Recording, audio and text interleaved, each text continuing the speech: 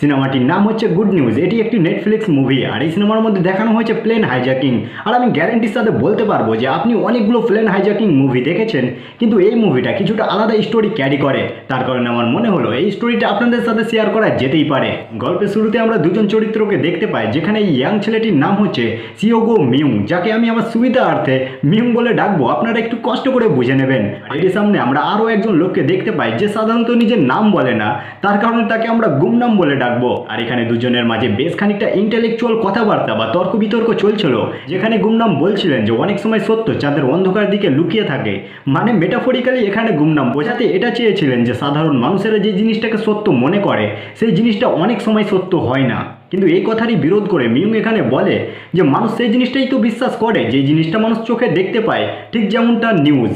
আর ঠিক এখানে বর্তমান সময়ে মূল দুটো নিউজ চলছে, যেখানে প্রথমটি হচ্ছে 66 দিন আগে একটা প্লেনকে হাইজ্যাক করে নেওয়া হয়েছে আর প্লেনের মোট প্যাসেঞ্জারের মধ্যে 29 জনকে এখন পর্যন্ত রেহাই করা হয়েছে আর এখনও 12 জন প্যাসেঞ্জারকে হাইজ্যাকাররা উত্তর কোরিয়া নিয়ে যাচ্ছে। আর দ্বিতীয় খবরটি হচ্ছে টোকিওর, যেখানে নাকি রেড আর্মি ফিকশন নামক একটা টেরোরিস্ট গ্রুপ রয়েছে, যাদের নাকি নিজস্ব অস্ত্রশস্ত্র পর্যন্ত রয়েছে। আর এই টেরোরিস্ট গ্রুপের লিডার হচ্ছেন টাডাসি ইয়ামামোটো। এখন টাডাসি ইয়ামামোটোকে গ্রেফতার করে নেওয়া হয়েছে আর এটা নিয়ে লেগে গেছে হইচই। আর এই দুটো খবরকে এখন একে অপরের সাথে লিঙ্ক করার চেষ্টা করা হচ্ছে, যেখানে মিং অতি ভালো করে জানে এই দুটো খবরের একে অপরের সাথে কোনো লিঙ্ক নেই, কিন্তু ওখানে গুমনাম বলে ওঠে সত্যের সাথে মিথ্যেকে একটু মিশ্রিত করে দাও আর তারপরে সাধারণ মানুষেরা অতি সহজে এটাকে বিশ্বাস করে নেবে। আর এটা কি তো বলা হয় সৃজনশীলতা। এরপরে আমরা কোরিয়ান ল্যাঙ্গুয়েজে এই সিনেমাটির নাম দেখতে পাই, যেটার নাম হচ্ছে গুড নিউজ। দেন দেখানো হয় টাডাসি ইয়ামামোটোকে, যাকে দেখে বোঝা যাচ্ছিল যে একে উদুম ক্যালোনি দেওয়া হয়েছে। তবে এখানে আমি একটা গুরুত্বপূর্ণ ইনফরমেশন দিয়ে দিই, টাডাসি ইয়ামামোটোকে গ্রেফতার করা হয়েছিল 15 মার্চ 1970 সালে। আর এরপরে যে দিনটিকে দেখানো হয় সেটি ছিল 31 মার্চ 1970।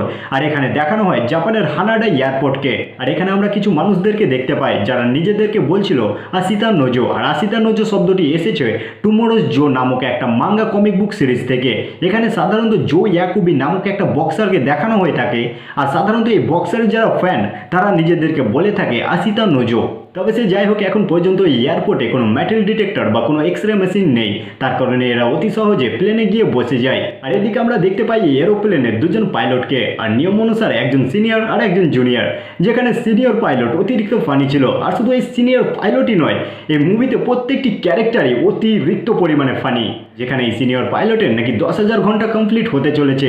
এই কারণে এই সিনিয়র পাইলট বলে যে তার নাকি আবার ব্যথা শুরু হয়ে গেছে আর তার বাবাসিরও অনেক বেশি পরিমাণে বেড়ে গিয়েছে এক জায়গায় বসে থেকে থেকে। আর এই ধরনের কথাবার্তা চলাকালীন প্লেনটি হাওয়াতে উঠতে শুরু করেছে, আর যেমনটি হওয়ার কথা ছিল তেমনটি হয়েছে।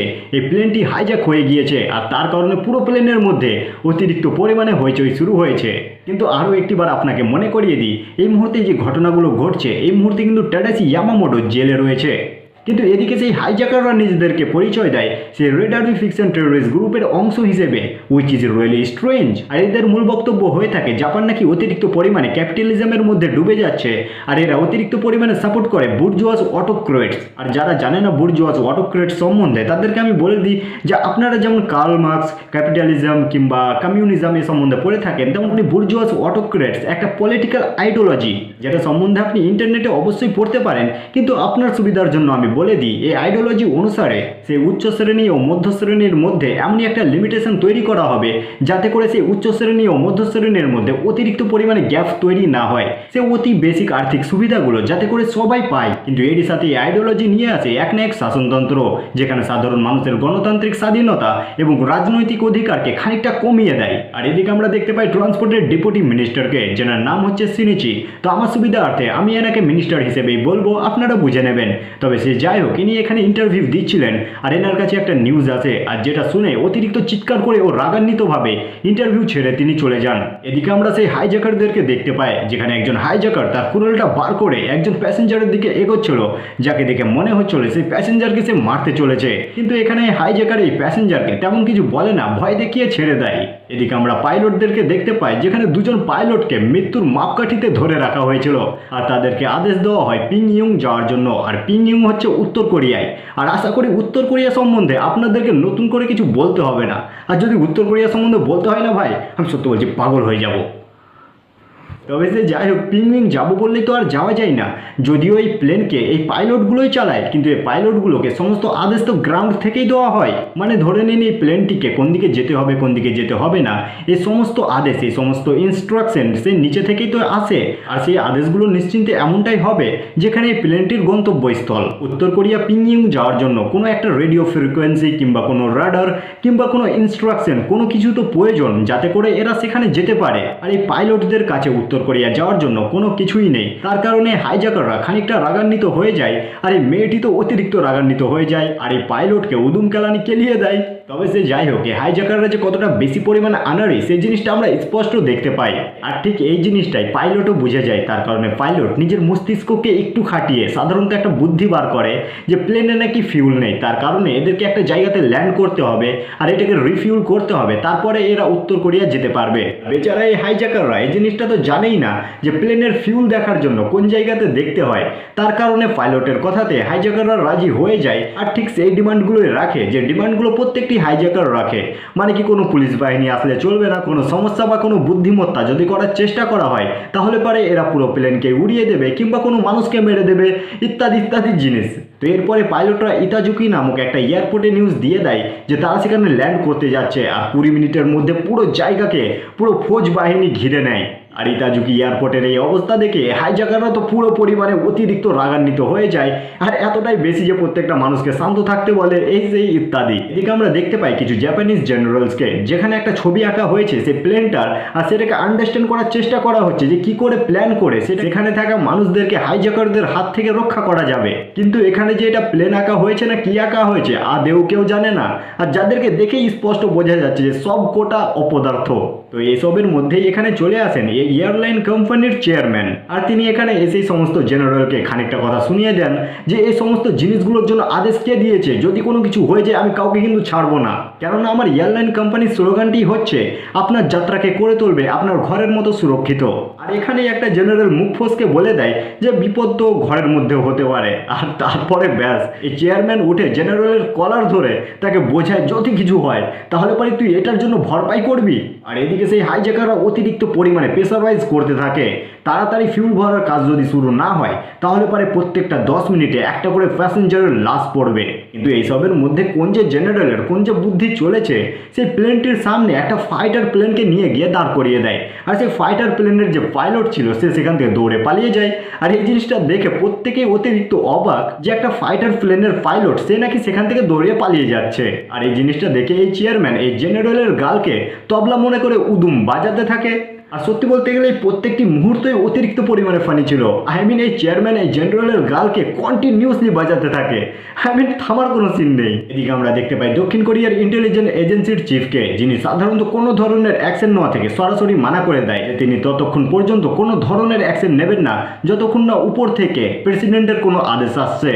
আর ঠিক এই জায়গাতেই এন্ট্রি করেন এই মুভির আমার মোস্ট ফেভারিট চরিত্র মিস্টার গুমনাম। দেখে যেন মনে হয় কোথাকার একটা পাগল যে যত ধরনের উদ্ভট কাজগুলো করে বেড়ায়। তবে সে যাই হোক, আপনাকে এখানে খানিকটা পলিটিক্স ও টেকনিক্যাল জিনিসগুলো একটু বুঝতে হবে। সাধারণত সেই এরোপ্লেনটিকে জাপানের এয়ারপোর্ট থেকে হাইজ্যাক করা হয়েছে, আর জাপানের কাছে একটা সেকেন্ড সুযোগ থাকার সত্ত্বেও জাপান কোনো কিছু করতে পারেনি। আর জাপান এখানে যে ধরনের ফানি থিংসগুলো করেছে এই সমস্ত জিনিসগুলো সাধারণত এই দক্ষিণ কোরিয়ার ইন্টেলিজেন্স এজেন্সিগুলো জানতে পেরে গেছে। আর এই দক্ষিণ কোরিয়ার ইন্টেলিজেন্স এজেন্সির অনুসারে সাধারণত সেই এরোপ্লেনটি উত্তর কোরিয়া যাচ্ছে, আর উত্তর কোরিয়া যেতে গেলে দক্ষিণ কোরিয়ার উপর দিয়ে যেতে হবে। তার কারণে এদের কাছে একটা সুযোগ রয়েছে, যদি থামাতে চায় তাহলে পারে হয়তো এরা থামাতে পারবে। কিন্তু যেমনটি আপনারা দেখলেন দক্ষিণ কোরিয়ার প্রেসিডেন্ট এটার জন্য কোনো আদেশ দিতে চাইছে না। আর সেই এরোপ্লেনটি যদি দক্ষিণ কোরিয়া পার করে উত্তর কোরিয়া চলে যায় তাহলে পারে তো উত্তর কোরিয়া কোনো ভালো দেশ নয়, সে নিশ্চিন্তে জাপানের সাথে কোনো একটা সমঝোতা করবে। কিন্তু এখানে যদি দক্ষিণ কোরিয়া সেই এরোপ্লেনটি এবং এরোপ্লেনের সমস্ত প্যাসেঞ্জারকে উদ্ধার করে নিতে পারে তাহলে পারে এটার জন্য জাপানের কাছে দক্ষিণ কোরিয়া তো একটা মহান হয়ে যাবে। এর ফলে দক্ষিণ কোরিয়া ও জাপানের বন্ধুত্ব বেশ ভালো হয়ে যাবে। কিন্তু এখানে মিস্টার গুমনামকে এই সমস্ত কিছু করতে হবে দক্ষিণ কোরিয়ার কোনো আদেশ ছাড়াই দক্ষিণ কোরিয়ার জন্য। মানে এখানে সিচুয়েশনটা কিছুটা এমন হয়েছে, তোমার ও তোমার ক্রাশের মধ্যে আরও একজন বন্ধু রয়েছে যে অতিরিক্ত কষ্ট করে অতিরিক্ত পরিশ্রম করে তোমাদের দুজনকে মেলাতে চাইছে। আর তোমার এই অতি প্রিয় 3 নম্বর বন্ধুটা হচ্ছে এখানে মিস্টার গুমনাম। তো আশা করি অতি সহজ ভাষাতে বুঝিয়ে ফেলেছি। তবে সে যাই হোক, ফিরে আসা যাক জাপানের ইটাজুকি এয়ারপোর্টে, যেখানে সেই এরোপ্লেনের সামনে থেকে সে ফাইটার প্লেনটাকে সরানো হচ্ছে আর এই প্লেনের মধ্যে ফিউলও দিয়ে দেওয়া হয়েছে। আর এই সমস্ত ধরনের জিনিসগুলোকে দেখে এই মিনিস্টার তো অতিরিক্ত পরিমাণে ক্ষিপ্ত হয়ে যায় আর রাগান্বিত হয়ে এখান থেকে চলে যান। তবে সে যাই হোক, প্লেন তো হাওয়াতে উড়তে শুরু হয়েছে আর সেই প্যাসেঞ্জারদের উদ্ধার করার জন্য এই প্লেনটাকে কোনো রকমের ল্যান্ড তো করাতে হবে। আর তার কারণে এই প্লেনটিকে আরও একবার হাইজ্যাক করতে হবে, মানে ডাবল হাইজ্যাকিং। আর এই জিনিসটা সম্ভব হতে চলেছে র্যাফকন নামক একটা টেকনোলজির সাহায্যে, যার ফুল ফর্ম হচ্ছে রাডার অ্যাপ্রোচ কন্ট্রোল।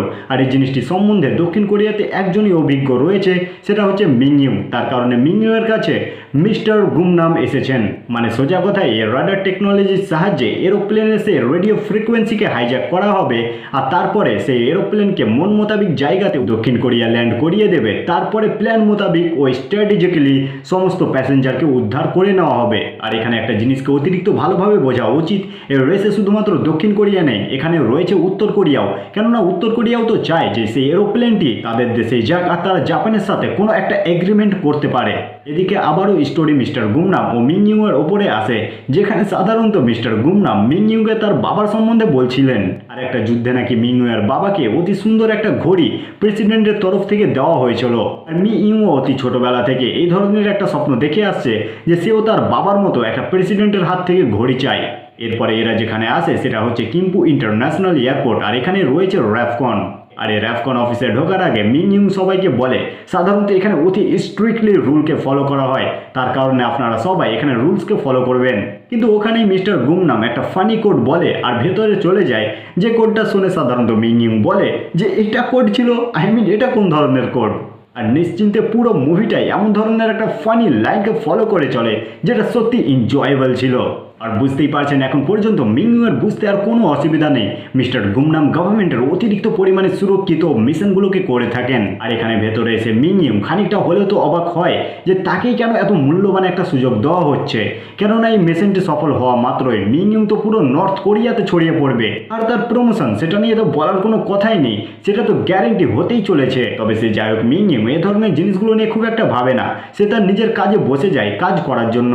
আর এরপরে শুরু হয় সমস্ত বেজাল। সাধারণত র্যাফকন এটা একটা গভর্নমেন্ট টেকনোলজি, এর কারণ এটাকে চালানোর জন্য কারো লাইসেন্স তো প্রয়োজন, আর এই লাইসেন্সটা হয়ে থাকে মিংইউয়ের। আর নিশ্চিন্তে এই কাজটার জন্য মিংইউ নিজস্ব লাইসেন্স দিতে চাইবে না, কেননা এই কাজটা সাধারণত গভর্নমেন্টের তরফ থেকে পারমিশনে হচ্ছে না। মিংইউ যদি নিজস্ব লাইসেন্স দিয়ে কাজটা করে তাহলে পারে এই কাজটার ফলে কি হবে না হবে সমস্ত দায় দায়িত্ব মিংইউয়ের কাঁধে এসে পড়বে। কিন্তু এখানে মিংইউকে পুরো গান পয়েন্টে রেখে দেওয়া হয় আর মিস্টার গুমনাম তার লাইসেন্স নাম্বারটা বলে দেয়। আর মিংইউ এর লাইসেন্স থেকে সমস্ত কিছু করা হচ্ছে এটা জেনে মিংইউ তো অতিরিক্ত পরিমাণে ক্ষিপ্ত হয়ে যায়, অতিরিক্ত রাগান্বিত হয়। এখানে কয়েকটা কথা সে বলেও। আর এই সমস্ত কথাগুলোকে শুনে মিস্টার গুমনাম সাধারণত কোরিয়ান যিনি সিআইএ চিফ রয়েছেন তেনাকে কল করেন আর মিংইউ এর সাথে কথা বলতে বলেন। আর সেই চিফের মুখ থেকে সমস্ত কিছু কথা শোনার পরে এবং সমস্ত কিছু বোঝার পরে সাধারণত মিংইউ এখন ফিল করতে পারছে যে সে যদি এটার জন্য বারণ করে তাহলে পারে তাকে গুলি করে মেরে দেওয়া হবে কিংবা তাকে অন্যভাবে মারবে, তারপরে সেটাকে অ্যাক্সিডেন্টের নাম করে চালিয়ে দেওয়া হবে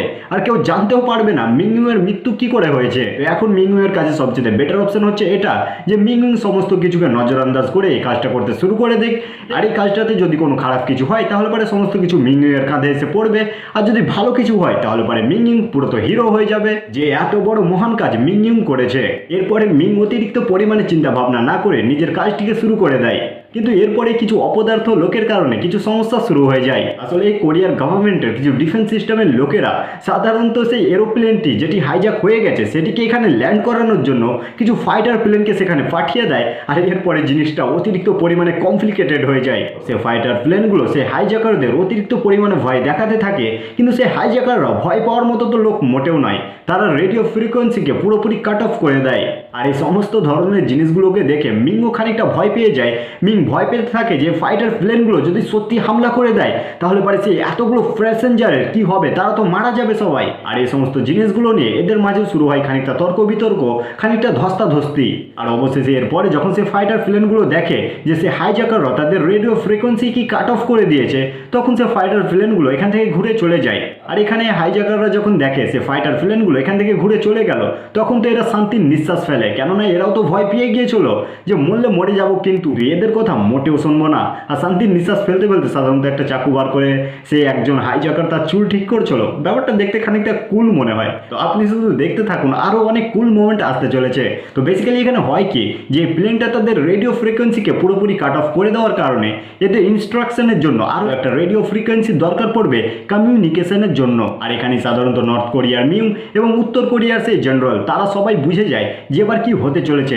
সাধারণত একটা ওয়ার্ল্ড ওয়াইড এমার্জেন্সি ফ্রিকোয়েন্সি রয়েছে যেটা হচ্ছে 121.5 ফ্রিকোয়েন্সি, যেখানে সাধারণত কথা বললে পুরো পৃথিবীর মানুষই শুনতে পাবে। তো যেই মুহূর্তে সেই এরোপ্লেনের হাইজ্যাকাররা সাধারণত এই ফ্রিকোয়েন্সিকে ইউজ করে কোনো একটা কথাকে বলার চেষ্টা করবে, সেটারই সাথে যোগাযোগ করার জন্য সেই মুহূর্তে সেই ফ্রিকোয়েন্সির সাথে কানেক্ট হতে হবে। তো এটার জন্যই নর্থ কোরিয়া এবং সাউথ কোরিয়া মানে মিংইউ এবং সেই লোকটা দুজনেই একসাথে চেষ্টা করতে চলেছে। আর এটার জন্য 0.0000.1% স্পিডে যে করবে সেই জিতে যাবে, মানে সোজা কথায় আঙুলে লাগবে বিজলির গতিবেগ। আর এই জিনিসগুলোকে বলতে বলতে ওই জিনিসগুলো সম্বন্ধে বুঝতে বুঝতে মিংইউ এখানে সাধারণত কল্পনা করতে থাকে সে ওল্ড টাইপের কাউবয় মুভিগুলো হতো না, সেই মুভির হিরোগুলোর মতো খানিকটা কল্পনা করতে থাকে, যেখানে পিস্তল বার করছে এবং সামনের জনকে গুলি করতে হবে অতিরিক্ত দ্রুত গতিবেগে। আর এখানে সাধারণত এই ফ্রিকোয়েন্সিতে কেউ যোগাযোগ করে, আর এটা ছিল ফায়ার ফাইটারদের এমার্জেন্সি কল। আর এটাতে মিংইউ সাধারণত যোগাযোগ করে তো খানিকটা রাগান্বিত হয়ে যায় যে ফায়ার ফাইটাররা কেন এই ফ্রিকোয়েন্সিকে ইউজ করছে। তবে সেই যাই হোক, সেই প্লেনের হাইজ্যাকাররা এখন পর্যন্ত কারোর সাথেই যোগাযোগ করেনি। আর এই সমস্ত ঘটনার একটু পরেই সেই এরোপ্লেনটি 121.5 ফ্রিকোয়েন্সিতে যোগাযোগ করে এবং উত্তর কোরিয়ার সেই লোকটি একসাথে সুইচকে অন করেছে। আর এরা দুজনেই কথা বলতে শুরু করে দেয়, মানে এখন তিনজনের কথা একই ফ্রিকোয়েন্সিতে শোনা যাচ্ছে। আর এর কারণে সাধারণত মিংইউ একটা ফ্রিকোয়েন্সি নাম্বার দিয়ে দেয় আর বলে যে সেখানে আসতে এবং যোগাযোগ করতে। আর এখানে উত্তর কোরিয়ার সেই লোকটি আলাদা একটা ফ্রিকোয়েন্সি বলে, আর এখানে দক্ষিণ কোরিয়ার মিংইউ সাধারণত আলাদা একটা ফ্রিকোয়েন্সি বলে। কিন্তু ভাগ্যবশত মিংইউয়ের সেই ফ্রিকোয়েন্সিতে সেই এরোপ্লেনের পাইলটটি যোগাযোগ করেছে।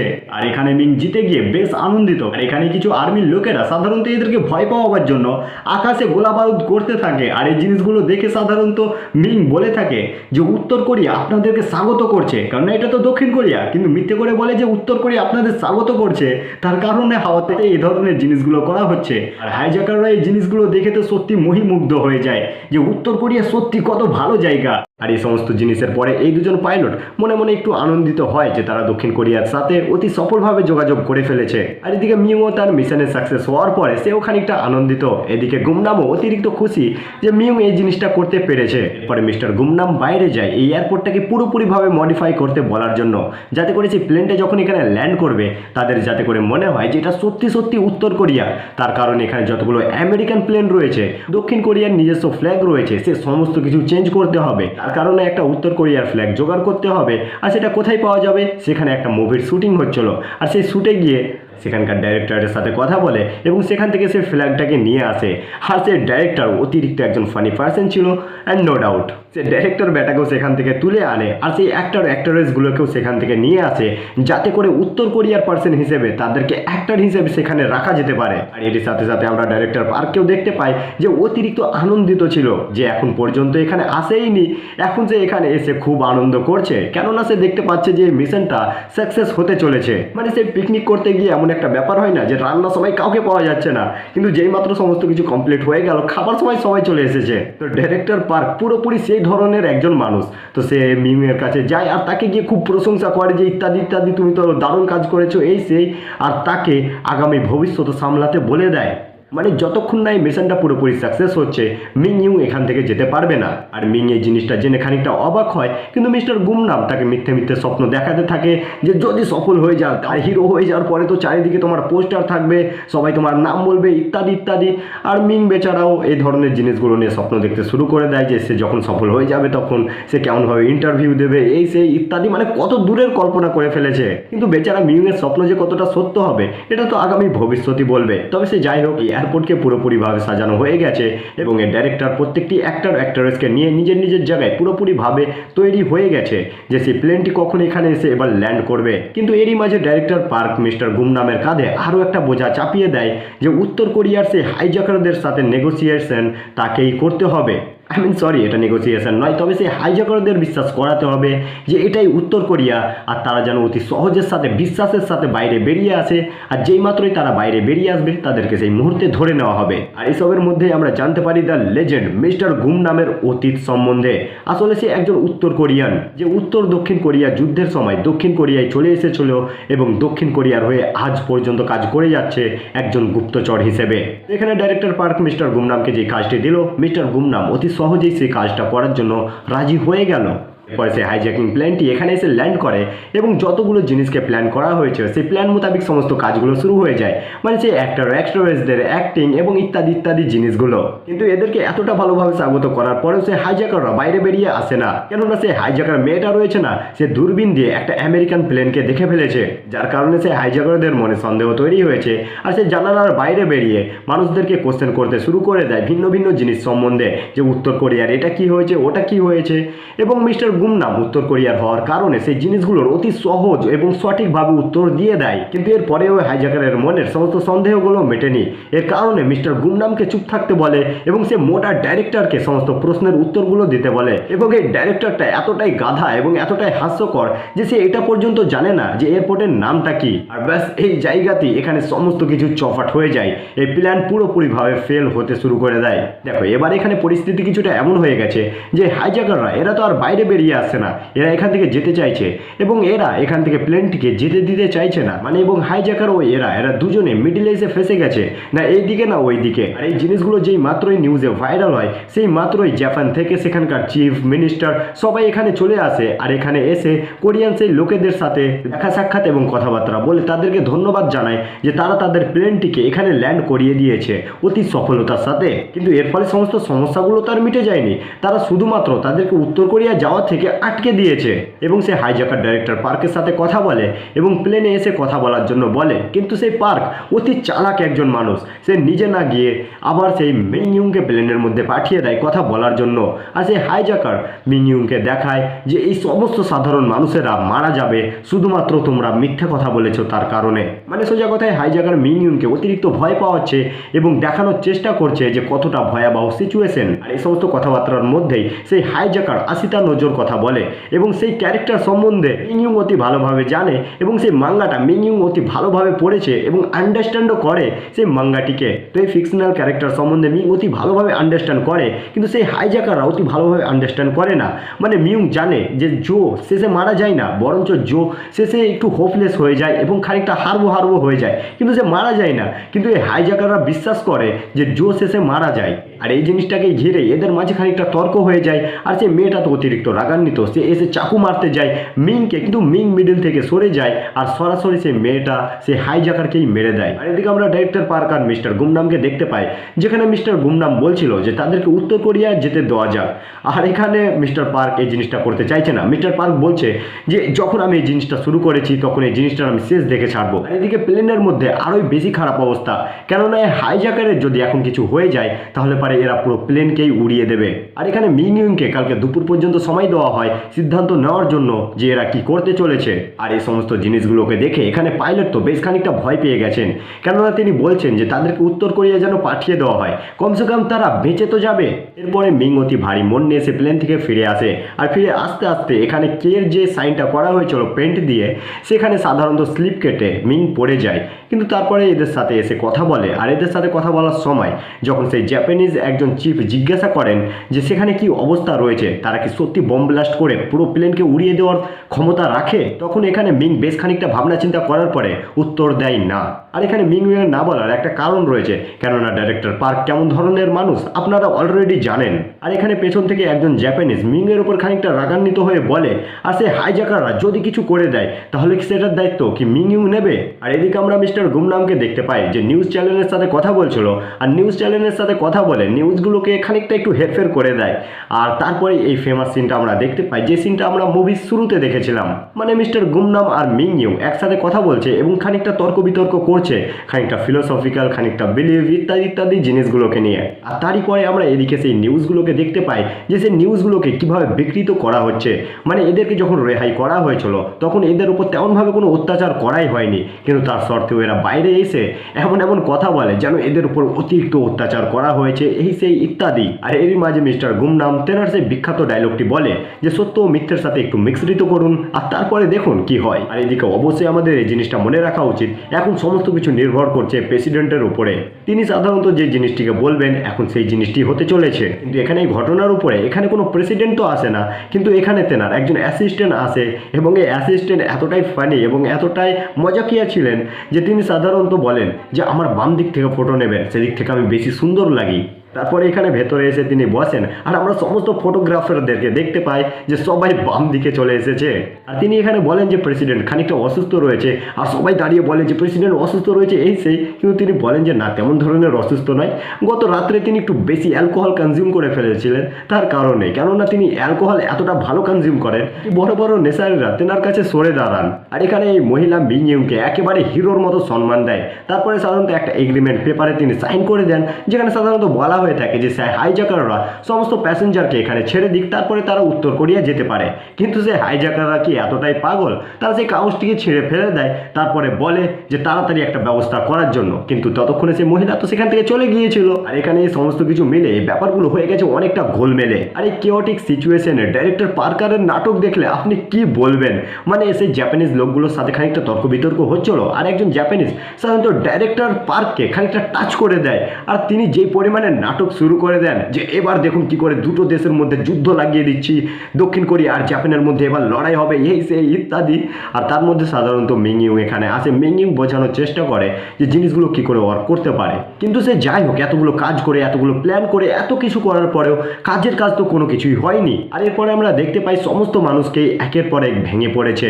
মিংইউ দাঁড়িয়ে তো স্বপ্ন দেখতে শুরু করেছে যে কি করে 12টা বাজবে আর পুরো প্লেনটি ব্লাস্ট করবে আর সবাই হয়তো এক এক করে মারা যাবে। আর এদিকে আমরা দেখতে পাই একজন চিফকে যে মিস্টার গুমনামের উপর অতিরিক্ত পরিমাণে রাগান্বিত হয়ে যায়, আর মিস্টার গুমনামকে বলে যে তার জন্য এই সমস্ত কিছু হয়েছে, তারই এই সমস্ত কিছু প্ল্যান ছিল। কিন্তু আমরা এখানে দেখতে পাই মিস্টার গুমনাম সমস্ত কিছু দোষ চাপিয়ে দেয় সে বেচারা মিংইউ এর উপরে। আর আপনি একবার ভেবেই দেখুন এই সমস্ত কিছুর জন্য মিংইউ এর কাঁধে যে দোষ চাপবে এটাই তো লজিক্যাল, কেননা মিংইউ এর নামে তো এই সমস্ত কিছু হয়েছে। আর এই সমস্ত কিছু ভাবনা চিন্তা করার পরে মিংইউ একবার শেষবারের জন্য সে হাইজ্যাকারদের সাথে কথা বলে, কিন্তু লাভের লাভ কিছুই হয় না। তার কারণে মিংইউ ভাবে সে দায়িত্ব নেবে আর সে দায়িত্ব পালন করবে। তো মিংইউ সাধারণত সে প্লেনের দিকে দৌড়াতে দৌড়াতে চলে যায় যে সেই তাদের সাথে সরাসরি সে প্লেনে চেপে উত্তর কোরিয়া যাবে। কিন্তু সে প্লেনের কাছে দৌড়িয়ে যেতে যেতে সে কে চিহ্নের উপরে আবার সে স্লিপ কেটে পড়ে যায়। আর এদিকে মিস্টার গুমনাম সে জাপানিজ চিফকে সাধারণত বোঝানোর চেষ্টা করে যে দায়িত্ব কি করে নিতে হয়। শেষ পর্যন্ত এই জাপানিজ চিফ সাধারণত সেই দায়িত্ব নেওয়ার জন্য রাজি হয়ে যায় আর বলে যে সে নাকি সে হাইজ্যাকারদের সাথে যেতে চায় উত্তর কোরিয়া, আর তার বদলে সে সমস্ত প্যাসেঞ্জারকে ছেড়ে দেওয়ার ডিমান্ড করে। আর এই জিনিসটাতে হাইজ্যাকাররা রাজি হয়ে যায়, কেননা একজন পলিটিশিয়ান যদি তাদের সাথে থাকে তাহলে আর কিসের ভয়। আর এরপরে এক এক করে সমস্ত প্যাসেঞ্জারকে রেহাই করে দেওয়া হয় আর সেই হাইজ্যাকাররা উত্তর কোরিয়া চলে যায়। তারপরে আমরা নিউজের মাধ্যমে জানতে পারি যে উত্তর কোরিয়া নাকি বলেছে যে তাদেরকে তাদের দেশে পাঠিয়ে দেবে। আর সেই হাইজ্যাকারদের কাছে কোনো সত্যিকারের বমটম ছিল না, কোনো সত্যিকারের গানটান ছিল না, সেগুলো সমস্ত কিছু নকল ছিল। মানে সেই হাইজ্যাকাররা সত্যি সত্যি কোনো মানুষের ক্ষতি করতে চায়নি আর না তো কাউকে মারতে চেয়েছিল। সে হাইজ্যাকাররা শুধুমাত্র সেই পলিটিক্যাল নিয়মগুলোকে ফলো করতে চায় না, সে পলিটিক্যাল জিনিসগুলোকে হেট করে, আর তার কারণে এই সমস্ত কাণ্ডগুলো এই হাইজ্যাকাররা করেছে।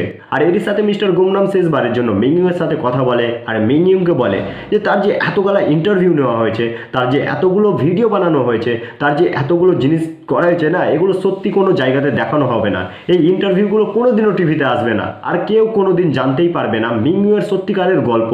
মিংইউকে কেউ কোনোদিন হিরো মনে করবে না, কেননা এই জিনিসগুলো সমস্ত কিছু গোপন রেখে দেওয়া হবে। আর মিংইউ যদি মুখ খোলে তাহলে পারে তাকে মেরে দেওয়া হবে। আর ওদিকে সেই জাপানিজ নেতা পুরোপুরি একজন হিরো হয়ে যায় যে সে সমস্ত মানুষকে রেহাই করেছে, সে সমস্ত মানুষকে বাঁচিয়েছে এই সেই ইত্যাদি। কিন্তু এখানে মিস্টার গুমনাম মিংইউকে সে একটা ঘড়ি দেয় তার বাবার মতোই। আর এরপরে এখানে মুভি শেষ হয়ে যায়। মিংইউ এমনভাবেই গুমনামের মতোই গুমনাম থেকে যায়।